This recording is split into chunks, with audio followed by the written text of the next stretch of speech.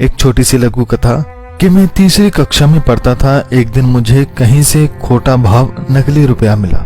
यह रुपया इतना नकली था कि जब मैंने इसे किसी को दिया तो उसने मुझे बहुत बुरी नजर से देखा और वो रुपया लौटा दिया।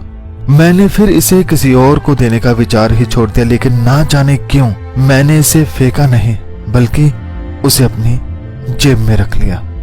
एक दिन जब मैं स्कूल से लौट रहा था तभी रास्ते में एक मुस्लिम फकीर ने मुझे रोका और कहा, बेटा फकीर को रोटी खिला दो। मैंने कहा, बाबा मेरे पास पैसे नहीं हैं।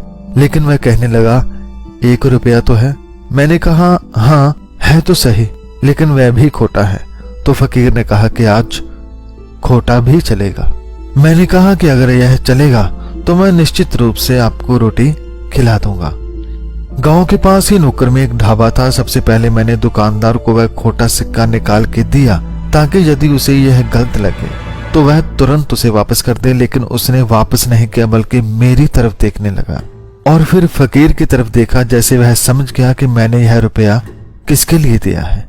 जब दुकानदार ने रुपया रख लिया तब मैंने उससे कहा कि 8 आने की फकीर को रोटी खिला देना और बाकी मुझे लौटा देना।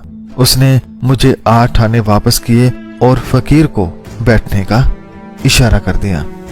मैंने फकीर को सलाम की और इजाजत मांगी। फकीर ने मुझे रोका और मेरे कान में कहा, बेटा जब नीयत अच्छी हो तो भगवान अपने कृपा से खोटे सिक्के को भी खरा कर देता है और केवल सिक्कों को ही नहीं इंसानों को भी खरा कर देता है।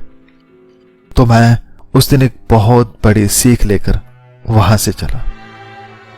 तो ये थी एक छोटी सी लघु कथा। संगत जी, ये सच्ची घटना है जो कि जसवंत सिंह नेगी जी के जीवन से है। ये घटना 1933 में घटी और ये बात सत्य है कि जब हमारी नीयत साफ हो, हमारे अंदर छल कपट ना हो तो हमारा हर काम वाहिगुरु खुद आकर सवार देता है। गुरु साहब एक बहुत प्यारा फरमान गुरबानी में देते हुए फरमाते हैं कि तुध भावे ता बख्श ले खोटे संग करे। अर्थात यदि है वाहिगुरु आपको भा जाए तो आप खुद ही खोटों को खरा कर देते हो, भाव खोटों को खरों के संग बख्श देते हैं। संगत जी, याद रहे कि जब हम बुरे हैं, जब हम खोटे हैं तो हमारा कभी भी उद्धार नहीं हो सकता। लेकिन यदि हम सच की संगत करें, गुरु की संगत करें, तो हम खोटे भी उनकी संगत से, सत्य की संगत से तर जाते हैं। जैसे लकड़ी की नाव में लोहा पार हो जाता है, ऐसे हम भी गुरु के संग लगकर पार हो जाते हैं, खोटे से खरे हो जाते हैं।